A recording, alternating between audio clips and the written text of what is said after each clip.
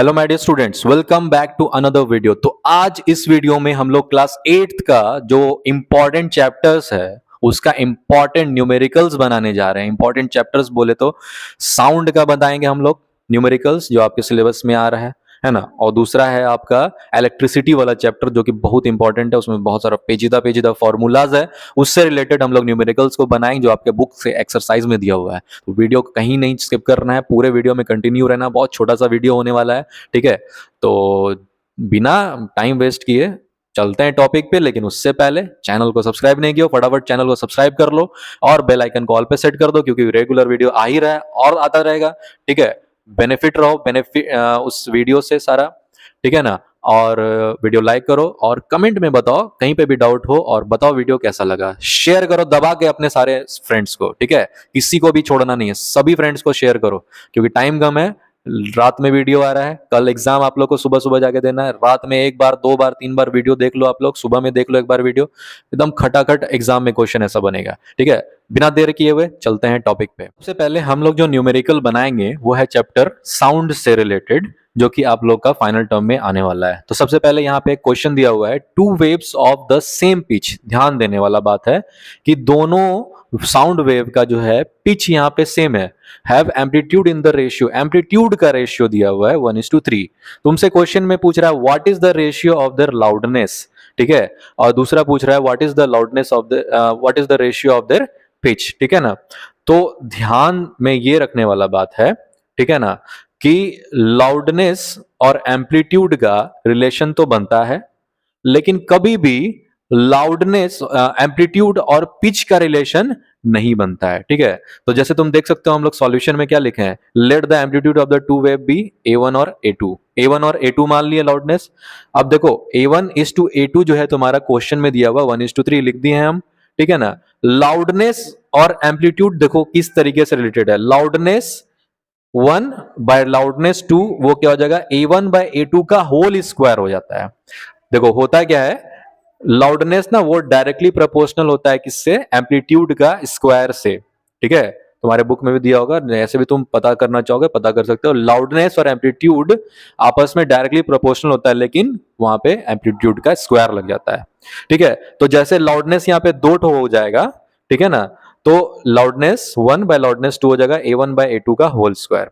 तो हम यहाँ पे A1/A2 का वैल्यू तो जानते हैं, वो क्या है 1/3 है, उसका होल स्क्वायर कर देंगे, 1 का स्क्वायर 1 और 3 का स्क्वायर 9। तो L1/L2 क्या आ गया 1/9, यानी 1:9। यही हो गया तुम्हारा रिक्वायर्ड आंसर।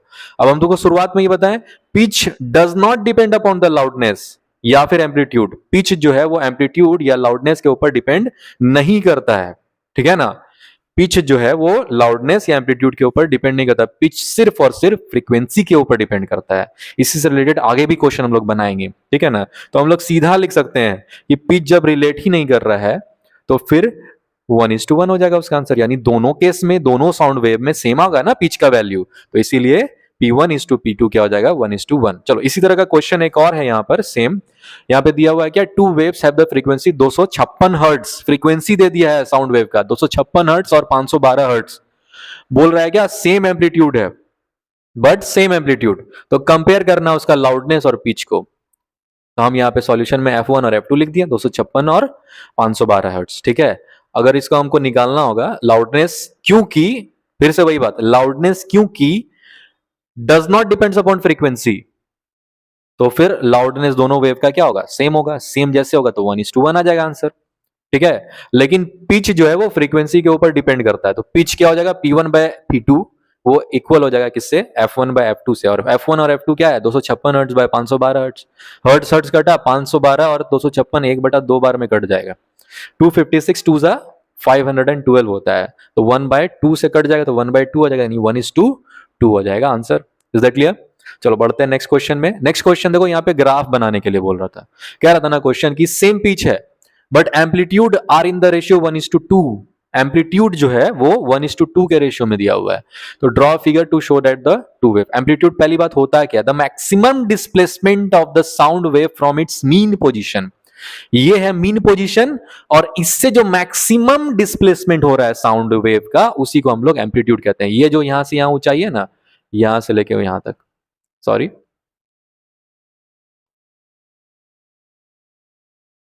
ये जो यहां से यहाँ का जो ऊंचाई है ना, इसी को हम लोग एम्पलीट्यूड कहते हैं किसी भी साउंड वेव का। Is that clear? तो तुम देख सकते हो एक में, पहला वाले में हम कहां तक इसका लेके गए हैं, 1 तक लेके गए, और नीचे भी कहां तक लेके गए, -1 तक लेके गए, है ना। लेकिन वही चीज दूसरे साउंड वेव में देखो कहां तक लेके गए, 2 तक लेके गए, और यहां पर भी -2 तक लेके गए हैं। क्रेस्ट एंड ट्रफ कहते हैं इसको, ठीक है। तो क्यों? क्योंकि एक और दूसरे में एक का दोगुना हो रहा था, तो यहां पर से दोगुना कर दिए। समझ गए? जैसे ही क्वेश्चन में तुमको बोला वैसे यहाँ पे ग्राफ बना दिया। अगर क्वेश्चन आएगा एग्जाम में, सेम ग्राफ बना देना, फुल में फुल मार्क्स मिलेगा। चलो नेक्स्ट क्वेश्चन एक और है ग्राफ से रिलेटेड, यहाँ पे दिया हुआ, लेकिन यहाँ पे क्या है, फ्रीक्वेंसी दे दिया है एक वेव का 256 हर्ट्ज है, और दूसरे का कह रहा है 512 हर्ट्ज है। तुमको फाइंड आउट क्या करने बोल रहा है कि उसका यही चीज को ना ग्राफिकल मेथड से रिप्रेजेंट करा दो। अब यहां पे बात समझो, बाय डेफिनेशन हम लोग ये बात जानते हैं कि फ्रीक्वेंसी क्या होता है, the maximum number of vibration in 1 second. ठीक है, 1 सेकेंड में जितना मैक्सिमम बार जो है वाइब्रेट होता है फ्रॉम इट्स मीन पोजिशन, ठीक है, क्या चीज, साउंड वेव, तो उसी को हम लोग कहते हैं उसका फ्रीक्वेंसी। तो तुम देख सकते हो यहां पे क्या हो रहा है, अगर इसको डिवाइड कर देंगे तो f1/f2 क्या आ जाएगा, 1/2, यानी एक में एक गुना है तो दूसरे में दो गुना है उसका।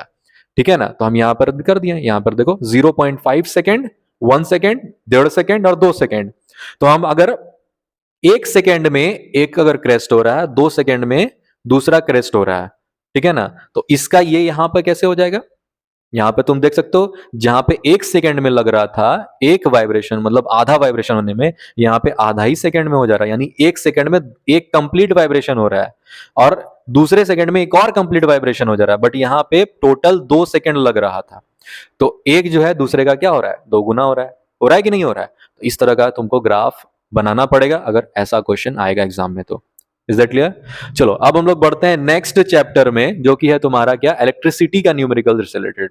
तो यहाँ पे सबसे पहले क्वेश्चन जो दिया हुआ है वो इलेक्ट्रिकल एप्लायंस है कोई, जिसमें ना पावर का रेटिंग दिया हुआ है 60 वाट, 60 वाट दिया हुआ, और उसका पोटेंशियल डिफरेंस है 150 वोल्ट, वोल्टेज भी कह सकते हो उसको, 150 वोल्ट है। तुमसे पूछ रहा है ना, पहली बात तो ये, इससे तुम समझे क्या, तो कुछ नहीं, इंग्लिश में लिख देंगे हम लोग, इससे हम लोग ये समझे हैं, यहाँ पे गिवन डाटा लिख दिया, पावर 60 वाट है, वोल्टेज जो है 150 वोल्ट है। It means that the electrical appliance works on 150 volt. 150 volt उसमें जाएगा तभी वो काम करना शुरू करेगा, और करने पे वो कंजम्पशन कितना करेगा, इलेक्ट्रिकल पावर 60 वाट का कंजम्पशन करेगा। इससे हम लोग यही समझते हैं। अब इस दोनों से रिलेटेड तुमसे क्या पूछ रहा था कि ये बताइए कि करंट कितना हो जाएगा। तो करंट के लिए ना एक फॉर्मूला है, नोट डाउन कर लो, P is equals to V into I. Is that clear? तो यहाँ पे P मेरा दिया हुआ, V भी दिया हुआ, I निकालना है, बस हम सिंपली रख दिए हैं उसका वैल्यू। 150 इधर आके डिवाइड हो जाएगा, काट छाट करके करोगे 0.4 एम्पियर, जो कि करंट का यूनिट होता है, आंसर आ जाएगा। Is that clear? चलो बढ़ते हैं नेक्स्ट क्वेश्चन में। नेक्स्ट क्वेश्चन जो है यहाँ पे कह रहा है कि एक इलेक्ट्रिकल आयरन है, और उसका यहाँ पे रेटिंग भी दे दिया है, पावर कंजम्पशन 1.5 किलो वाट है ना, आधा घंटा के लिए चल रहा है वो, 30 मिनट, आधा घंटा के लिए चल रहा है। तुमसे पूछ रहा है इसको ना कैलकुलेट करो किलो वाट आवर में और जूल में। कुछ नहीं, पहले गिवन डाटा लिख दिए हैं, 30 मिनट यानी आधा घंटा, ठीक है। Kilowatt hour, kilowatt तो है ही यहाँ पे, 30 मिनट को घंटा में कन्वर्ट कर दिए, दोनों को मल्टीप्लाई कर देंगे तो किलो वाट आवर में निकल जाएगा। वही किए, इलेक्ट्रिकल एनर्जी, एनर्जी क्या होता है, पावर इंटू टाइम, पावर भी दिया हुआ है, मेरा टाइम भी दिया हुआ है, 1.5 इंटू हाफ कर लोगे, सॉल्व कर करके 0.75 किलो वाट आवर आ जाएगा। ठीक है ना। अब हमको इसको ना जूल में कन्वर्ट करना है, क्योंकि हम लोग जानते हैं कि 1 kilowatt hour is equals to 3.6 into 10⁶ joule. ठीक है, यहां पे लिख दिया हम डब्बा में, 1 kilowatt hour is equals to 3.6 into 10⁶ joule. तो मेरा वाट कितना है, किलो वाट आवर 0.75 है, तो 0.75 kilowatt hour equals to क्या हो जाएगा, वही 3.6 में मल्टीप्लाई हो जाएगा, है ना। तो इस दोनों को मल्टीप्लाई करोगे तो 2.7 आ जाएगा। 10⁶ को एज इट इज वैसे ही लिख देना, ज्यादा ताम झाम नहीं करना, एज इट इज छोड़ देना, ये स्टैंडर्ड फॉर्म होता है फिजिक्स में। ठीक है, इसी तरीके से 10 के पावर में आंसर न्यूमेरिकल का लिखा जाता है। हायर क्लासेस में जाओगे, 9th क्लास में अभी बहुत सारा ऐसा आने वाला है न्यूमेरिकल्स।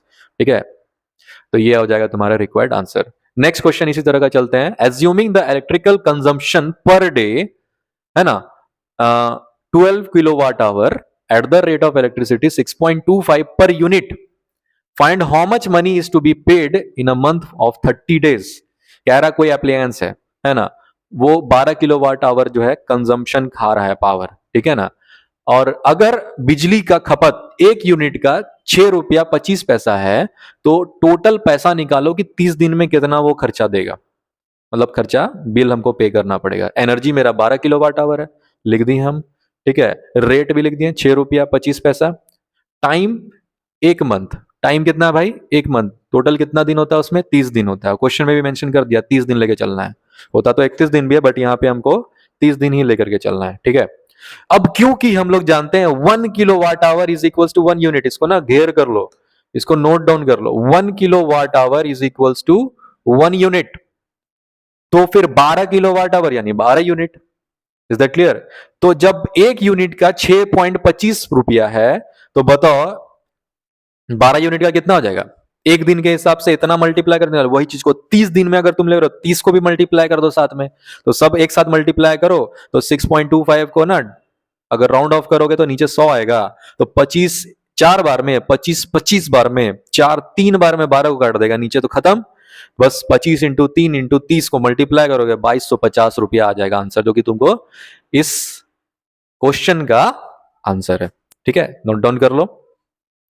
चलो बढ़ते हैं नेक्स्ट क्वेश्चन में। नेक्स्ट क्वेश्चन यहाँ पे कह रहा है 8 नंबर में, सॉरी पेज नंबर 8 में, कि एक प्रेमिस है, प्रेमिस मतलब एक रूम वूम है, कुछ हॉल वॉल है या एक घर है, 5 बल्ब है जो कि 100 वाट खपत कर रहा है पावर, 2 फैन है जो कि 60 वाट ईच कर रहा है, यहां पर भी 5 बल्ब 100 वाट ईच है, 2 एसी है जो कि 1500 वाट जो है ईच है, खपत खा रहा है, और ये पर घंटा जो है 5 घंटा चल रहा है पर डे।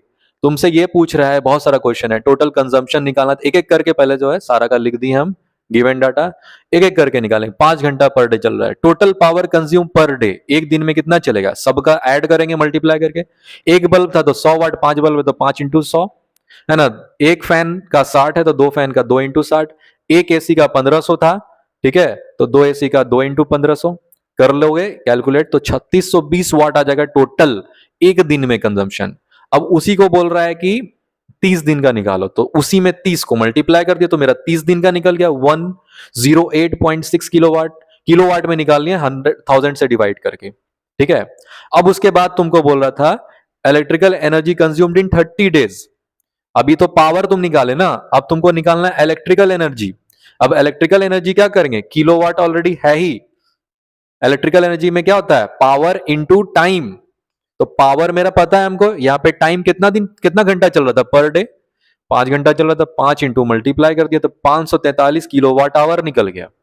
अब लास्ट क्वेश्चन ये पूछ रहा कि अगर एक यूनिट का वैल्यू वही 6 रुपया 25 पैसा है, तो फिर कितना हो जाएगा, तो हम देखो इधर बताएं कि देखो कॉस्ट क्या हो जाएगा, सिंस 1 किलोवाट आवर 1 यूनिट, तो 543 किलोवाट आवर 543 यूनिट, तो कॉस्ट 30 डेज का क्या हो जाएगा, इंटू कर देंगे 6.25 से, तो आ जाएगा तुम्हारा ₹3393.75 पैसे, ठीक है। So these are the basic and most important question of the numerical that are being coming in the tomorrow's exam of your physics class 8th, ठीक है।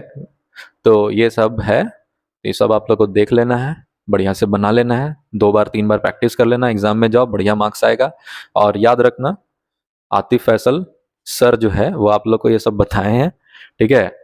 चैनल को सब्सक्राइब कर लेना, नहीं किए हो तो बेल आइकन को ऑल पे कर लेना सेट, और वीडियो लाइक तो जरूर करना है, कमेंट भी करना है, बताना है कैसा लगा वीडियो, और थैंक यू तो बोल ही सकते हो कमेंट में, इतना तुम्हारे लिए कर रहे हैं तो, है ना। तो I am Atif Faisal and I am signing out.